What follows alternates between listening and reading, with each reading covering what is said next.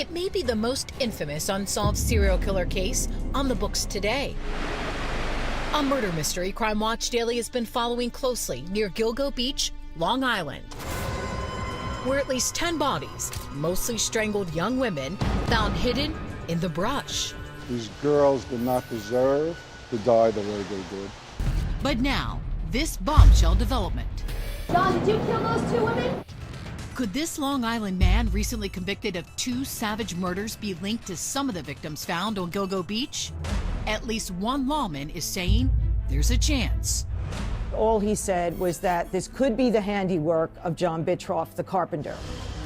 John Bittrolff has just been sentenced to 2 consecutive sentences of 25 years to life after being found guilty in the murders of 31-year-old Rita Tangretti and 20-year-old Colleen McNamee.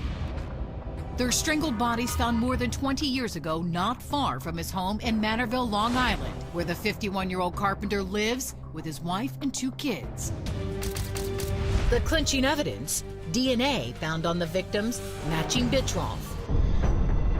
Our WPIX affiliate reporter in New York, Mary Murphy, has spent years covering this story. They had both been beaten pretty badly, and they were positioned in a certain way. So it was sort of obvious that the same killer had killed both of them. And now, a startling statement that may link Bittrolff to the strangled girls on Gilgo Beach, which is about 40 miles from his house.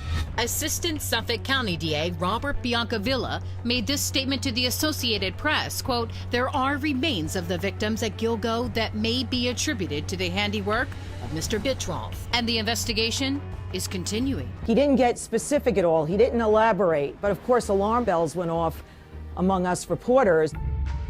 That's because 3 years ago, when Bittrolff was first charged in the Tangretti and McNamee killings, Suffolk County DA Tom Spoda said this: "There is no evidentiary or investigative link between these 2 murders and any of the Gilgo victims."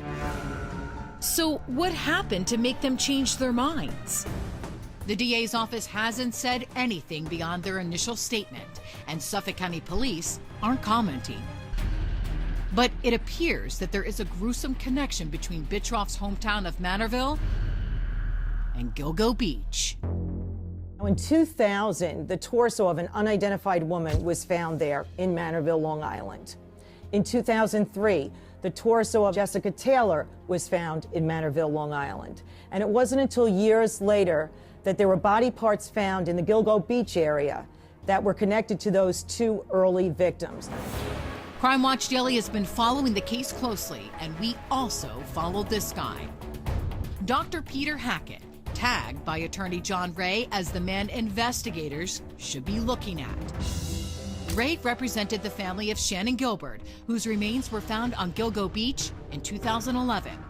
Just 2 days after her disappearance, Shannon Gilbert's mother says Dr. Hackett inserted himself into the middle of the mystery. I got a phone call. He said, "My name is Dr. Peter Hackett. I'm calling to see if your daughter Shannon is there." I said, "No. Why? Who are you?" And he said that we were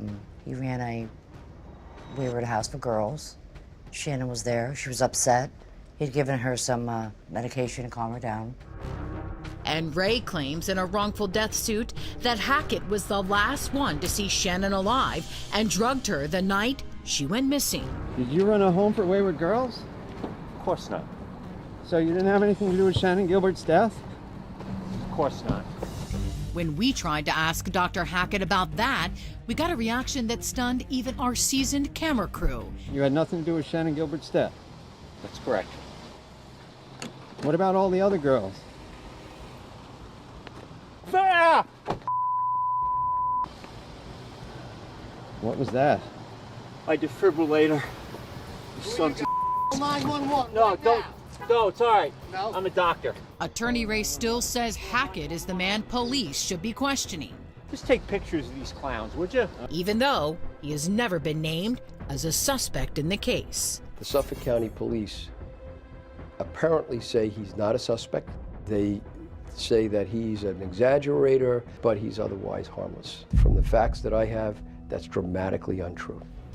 Despite what Ray believes, Cops are hopeful the carpenter could be the final nail in the case, a mystery that for decades has haunted the families of the girls found murdered at Gilgo Beach. There's also one other possibility here. Bittrolff may not be the only killer. There's a possibility that more than one killer used the desolate Ocean Parkway as a dumping ground. I'm Chris Hansen. If you like this story, make sure you tune in every day to Crime Watch Daily. You can find where the show airs in your city at crimewatchdaily.com. Watch it live or record it on your DVR and watch it at night. And to all those criminals out there, remember, we are watching.